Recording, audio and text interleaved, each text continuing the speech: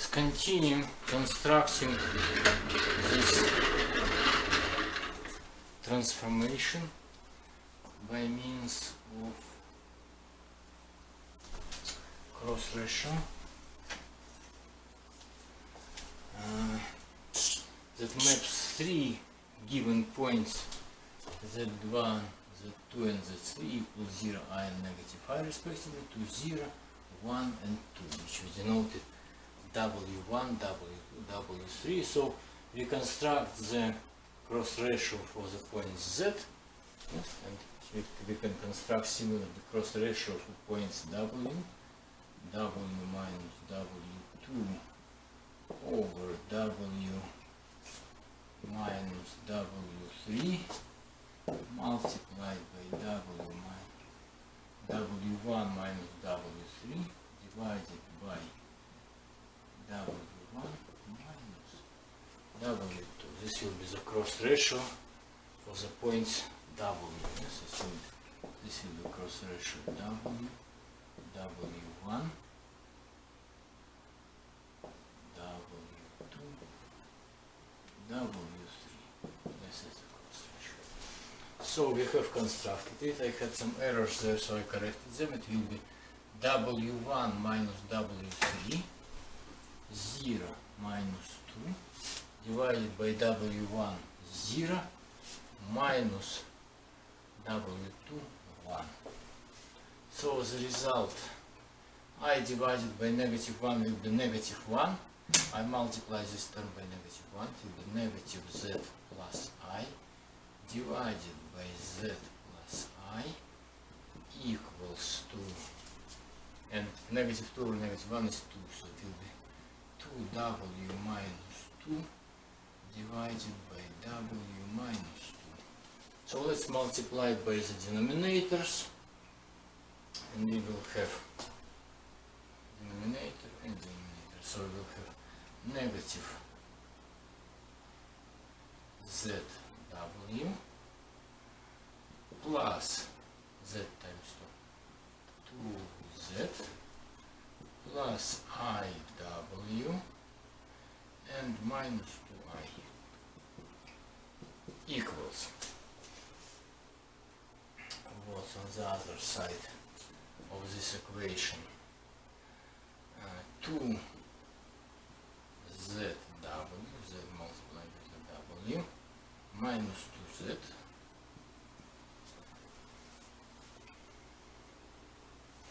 plus 2iw and minus 2i.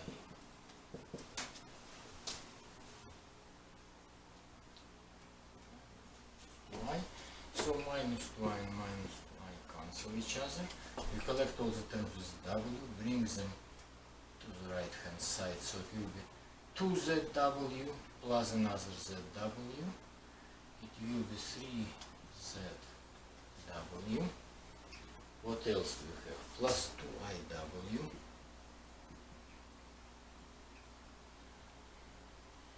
equals, all the other terms we take to the left hand side. This is 2z and plus another 2z.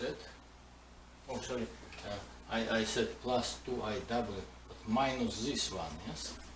This is on the right hand side, and this is on the left hand side, so it will be 2iw minus iw, so it will be just plus iw equals, on the left hand side we have only 2z and plus another 2z equals 4z. So w multiplied by 3z plus I equals 4z, or w equals 4z over 3z plus I. That's our Moebius transformation. So our transformation is w equals 4z divided by 3z plus I. It's interesting to check whether we didn't make any mistakes. 0 is mapped into 0. Is it true? Yes, when z is 0. 4 times 0 divided by 3 times 0 plus I will be 0, right? So 0 is mapped into 0. What about I? Let's substitute I in these formulas. 4I divided by 3I plus I will be 4I over 4I. It will be 1, which is actually W2, right? So I is mapped into 1, yes? I will write it like this. I is mapped into 1. What else? Negative I. Let's try. Negative 4I divided by negative 3I plus I equals negative 4I over negative 2I. It will be negative 2, yes. So negative I is mapped into negative I. Oh, it is not negative 2, it is positive 2. Yes? Negative I is mapped into 2. Negative 2I over negative 2I. Yes, we verified that our transformation that we have obtained works fine. We will have more interesting applications of cross ratio, but first we have to discuss the following. The following thing about the cross ratio. The following thing about the cross ratio. What are our invariants in the Moebius geometry? We know one invariant is angle measure. Yeah?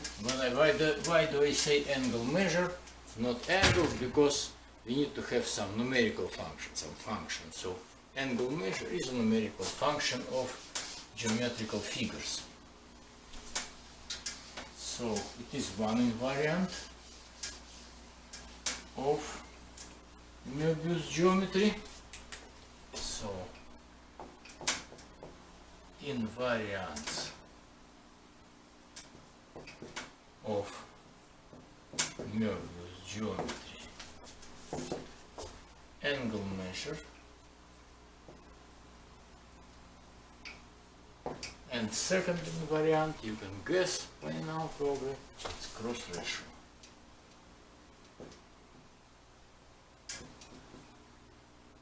And we will prove, we don't have to prove the angle measure is invariant because we proved it separately for Euclidean group. You know, isometries preserve cross ratio for similarities transformations, homothéties and isometries, they hold the angle measure invariant, and for inversions we proved it separately, so we know about the angle measure. What about the cross ratio? So the theorem, the cross ratio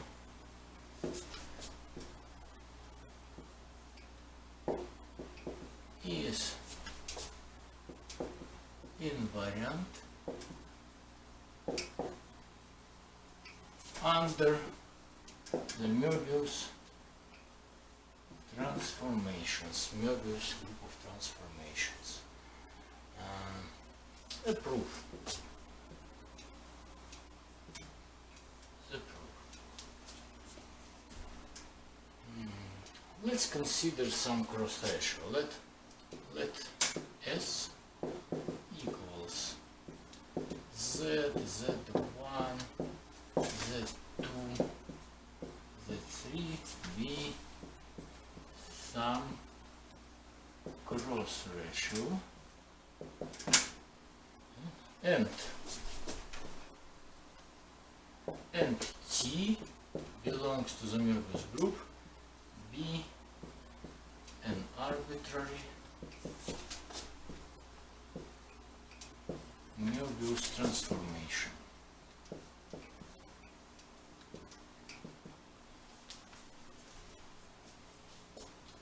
So we understand what transformation S is doing. Transformation S maps Z1 into 1, Z2 into 0, Z3 into infinity. And therefore, if I apply transformation st minus 1, it will map tz1 into 1, tz2 into 0, right? What I'm doing, I'm inserting the identity transformation. After s, I insert identity, t minus 1 t.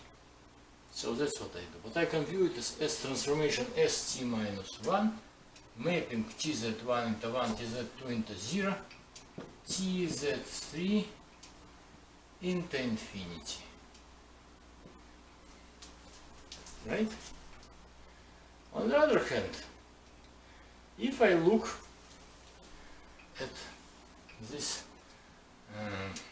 cross ratio under transformation t, what will happen to this cross ratio if I subject the whole plane to transformation t? I will have tz, tz1, tz2, all points move into tz, yes? Every z moves into tz. tz3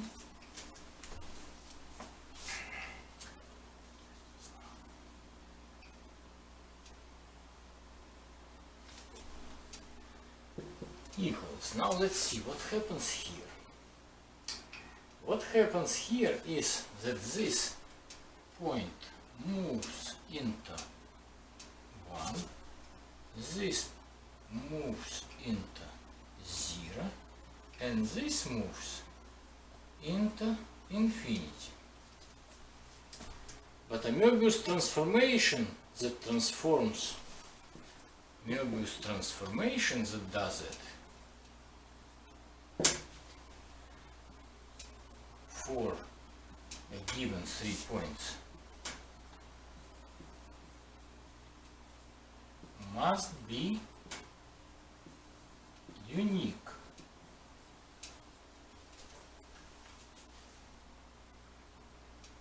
And we know unique transformation that moves tz1 into 1, tz2 into 0, and tz3 into 3. It must be this transformation, st minus 1, applied to tz, tz1, tz2, tz3. So it must be st minus 1 t of z, z1, z2, z3. T minus 1 t is identity, so it must be just s, right? It must be just s. Z, z1, z2, z3. So that's what happens to transformation. When we apply t to transformation s, it stays the same. So I can just write. Maybe better way of expressing is to say that this is just s z, because it's s z. I wrote s equals this. No, it's not right. S applied to z. That's the cross ratio, right? So it will be sz. So it will be z, z1, z2, z3. So when we apply t to the complex plane, this cross ratio s stays the same. So it is invariant. Now, what are interesting consequences of this fact? What is so interesting about cross ratios? Now we are coming to the major figures of our further consideration: straight lines and circles.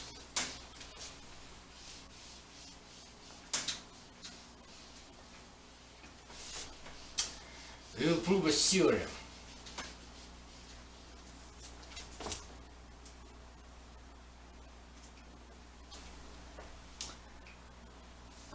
theorem. Let's think about the following. 3 points are always on a circle. You can always draw a circle that includes 3 given points align this circle. We did it in elementary geometry, we can do it in here in this model. What about straight line?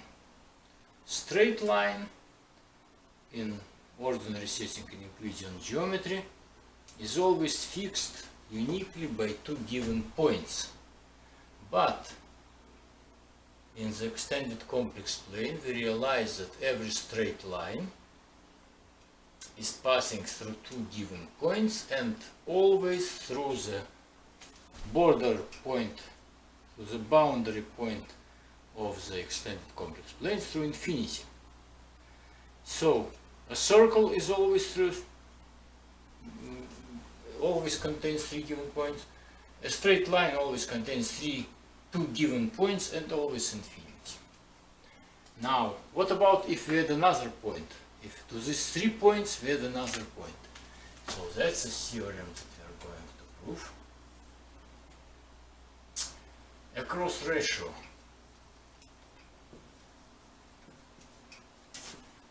of of 4 points.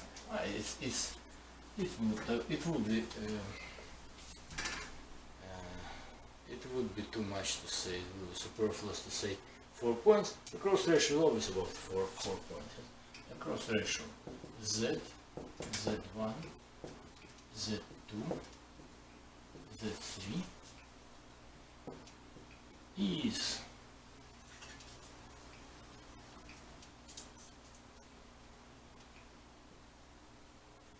real if and only if Z, Z1, Z2, Z3 lie on a circle or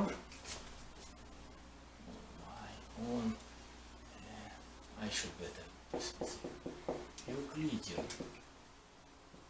circle or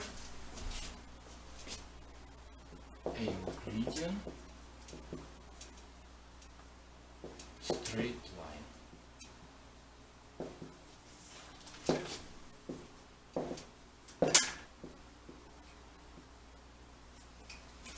That's what we are going to prove. Actually, one of these parts of the theorem is proved in your textbook by direct calculation, and this calculation starts like this. Cross ratio is real, so they say. Cross ratio is some transformation, yes? So suppose Tz is Z, Z1, Z2, Z3. This is our cross ratio, yes? T Z is real means the following, that T Z conjugate equals Tz, right? Or you can write, suppose T is, I will say suppose some form AZ plus B over CZ plus D, and of course as always AD minus BC must be non-zero. So and then I will impose this condition. So I will have A conjugate Z conjugate plus B conjugate over C conjugate Z conjugate plus D conjugate equals A plus B over CZ plus D. And from here we'll obtain, it will be either an equation of a Euclidean circle or an equation depending on the values of A, B, C, D, or an equation of a Euclidean line, straight line. Now, I don't want to do this calculation. It's very straightforward. You multiply through, you can see already that you're getting a quadratic equation, so it will be a surface equal with conjugate coefficients with z and z conjugate with each other, and so on and so on. Under some conditions it will be a linear equation, it will be a straight line. Now, I want to prove the converse, and the converse is not, and this is done in your textbook, and I can show you again this calculation if needed, but I want to show the converse. Okay, so the converse, I would say the first part of the converse, let z, z1, z2, z3 lie on a circle. We will prove that the cross ratio z, z1, z2, z3 is a real number.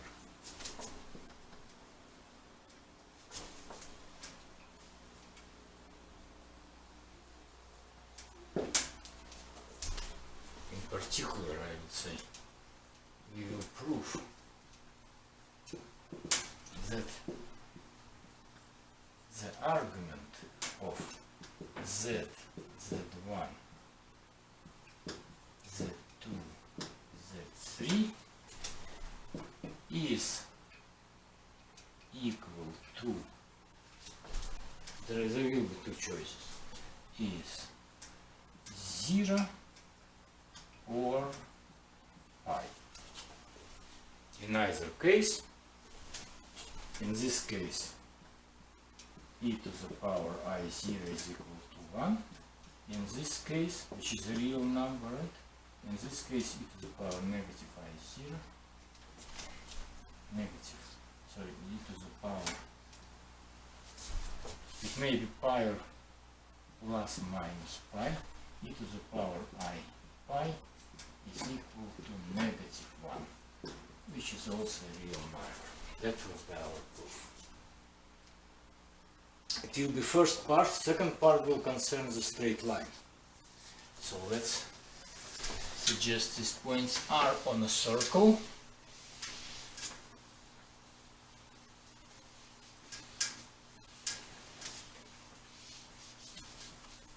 Let's suggest these points are on a circle. So there is a circle. So suppose there is point Z, there is point Z1, Z2 and Z3, right? So I will join them by lines. I will join them by lines, by line and by line. I will denote this angle will be alpha, this angle will be beta, yes?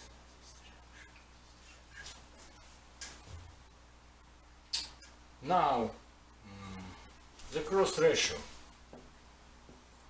Z, Z1, Z2, Z3 equals Z minus Z2 over Z minus Z3 or I better keep it in the form divided by, more convenient for me to divide, because when you divide the arguments are being subtracted, right?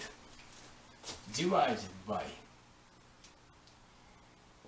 Z minus Z1 minus Z2 over Z1 minus Z3.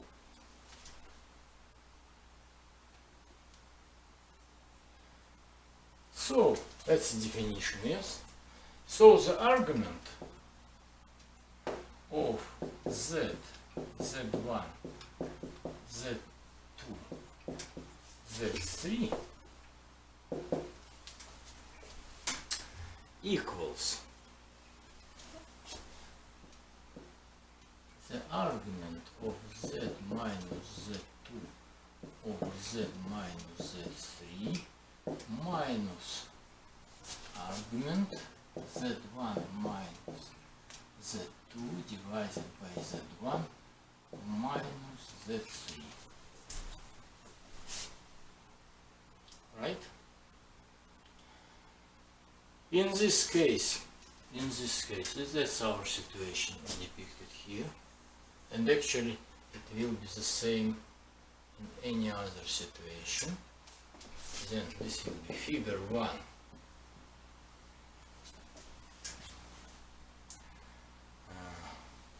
Z minus Z2, let's see. If I take Z2 minus Z divided by Z3 minus Z, it will be the same, yes? Right? Will be. I will consider now in figure 1. So I will denote this formula star. I will consider maybe various configurations. In figure 1, it will be the same as argument of Z2 minus Z over Z3 minus Z. It will be just alpha. The argument of, I just multiplied, you see what's the difference between this expression and this expression. I just multiply numerator, denominator by -1. Argument of Z2 minus Z1 over Z3 minus Z1 equals beta, equals the same, right? This number, we go counterclockwise, divided by this difference. So,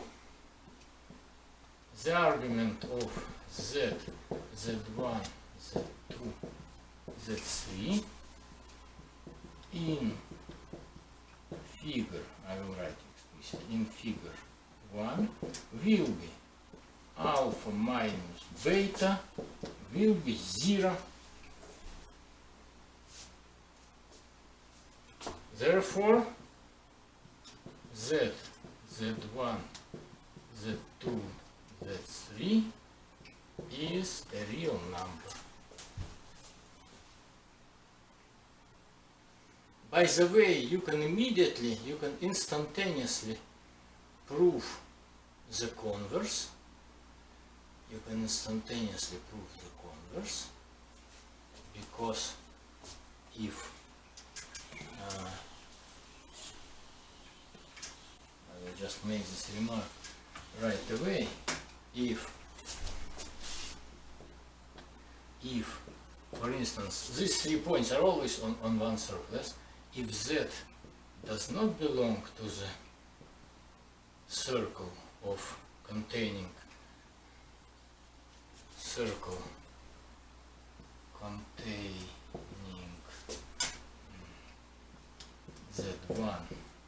Z2, Z3, then the argument of Z minus Z2 over Z minus Z3 will not be equal to alpha. Will not be. Why it will not be equal to alpha? I will just try a hypothetical picture. If Z is not on this circle, but it falls out somewhere here, right? Z.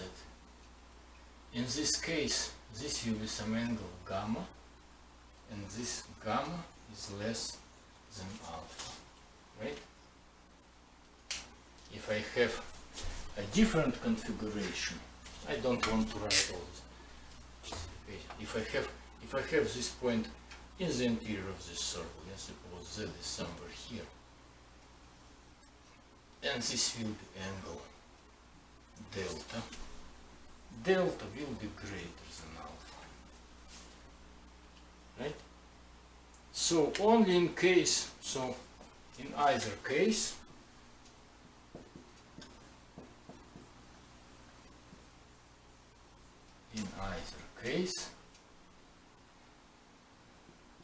the cross ratio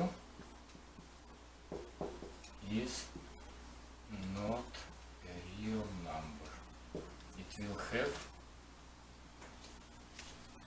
will have some e to the power I theta, which is not pi and not 0 and not negative pi, so not real number. So the converse is also proved, yes? So then what I imply here is that if the points z, z1, z2, z3 are not on a circle, then the cross ratio is not real. This is actually not the converse. It is rather the inverse of our statement, but inverse is equivalent to converse. So we conclude that the cross ratio is real, that if 4 points lie in a circle, the cross ratio is real. If the cross ratio is real, they must lie on a circle. The only thing I have to mention is that there may be other configurations. Yes? In this situation that I considered here, points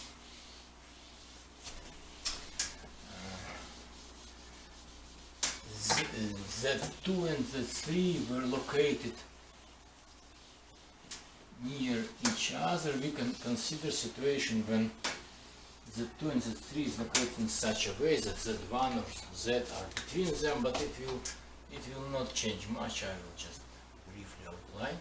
So suppose Z is here, right? And Z2 is here, and Z3 is here, and Z1 is here. In this case, you can repeat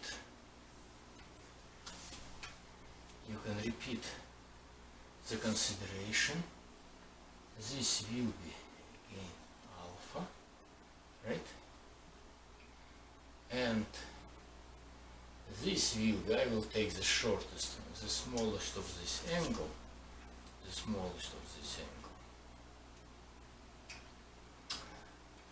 this to this one.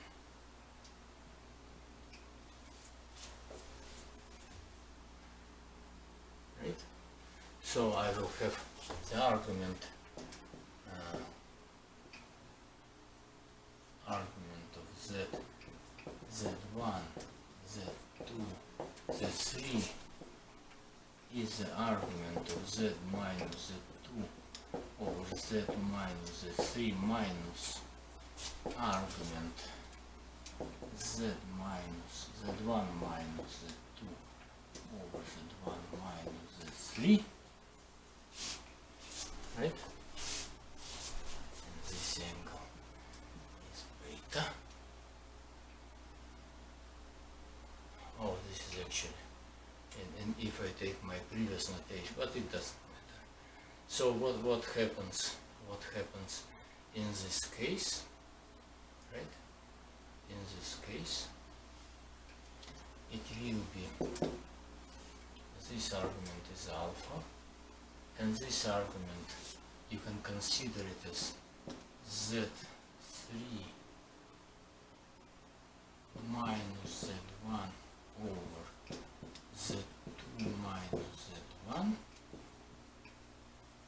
argument of Z3 minus Z1 over Z2 minus Z1 will be beta, right? And it is the same as what we have here. If the numerator and denominator is multiplied by -1, it will be actually, Z1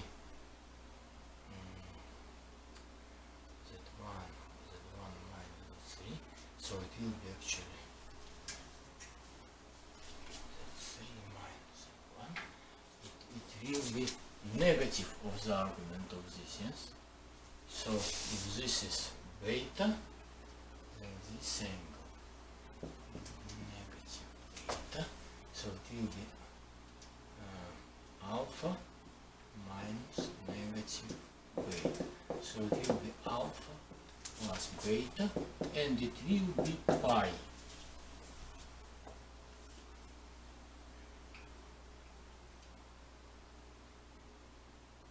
It would be even more right to say that this is the angle we consider, not negative beta, 2 pi minus beta. It doesn't matter because it's the same argument if you take the major value of the argument. So in this case again e to the power I pi equals to -1, which is a real, therefore the cross ratio is real. And we can repeat in a similar manner, proving the inverse. If z is not on the circle, either alpha will be not large enough to make alpha plus beta pi, or it will be too large and alpha plus beta will be more than pi. That's it. So it's a better proof than in your textbook, but as a practice in dealing with equations of circles and straight lines, I encourage you to repeat the calculation made in your textbook on your own. Now it's becoming more and more interesting. We realize that circles and straight lines are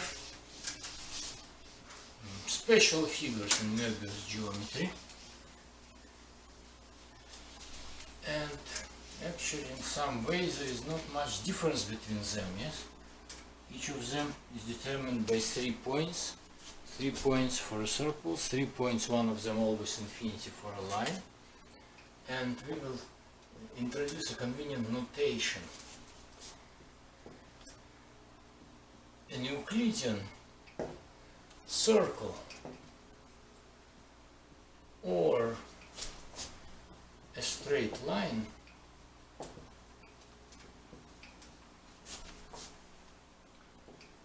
will be called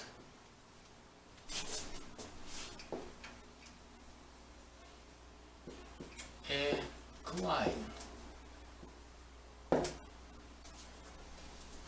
Will be called a Cline.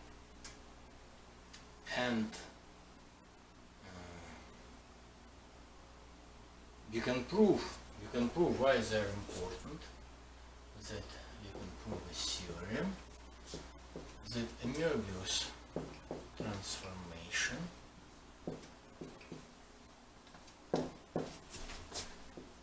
transforms Clines into Clines and only them. Transforms Clines only into Clines.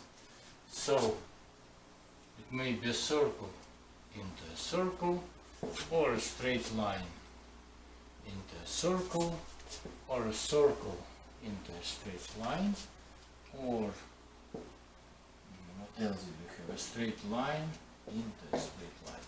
Actually, I recall now I did not prove that if 4 points lie on a line, their cross ratio is real.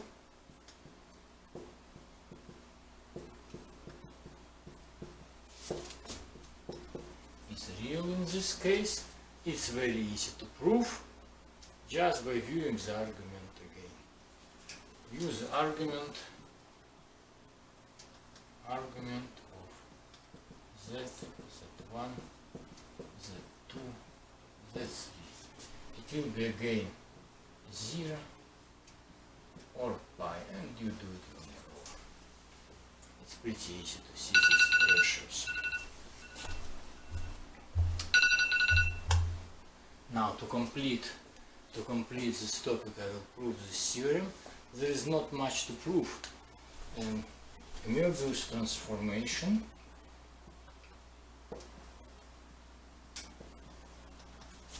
preserves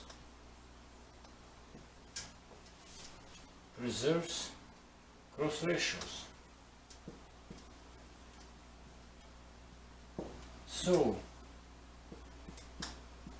tz, tz1, tz2, tz3 is real if and only if z1, z2, z1, z2, z3 is real.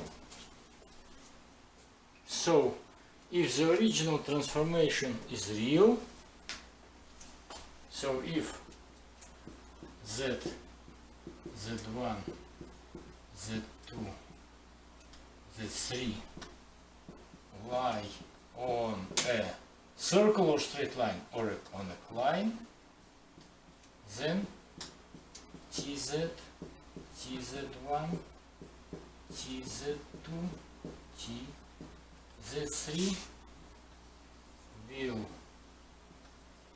lie on a line as well. And the converse is also true, of course.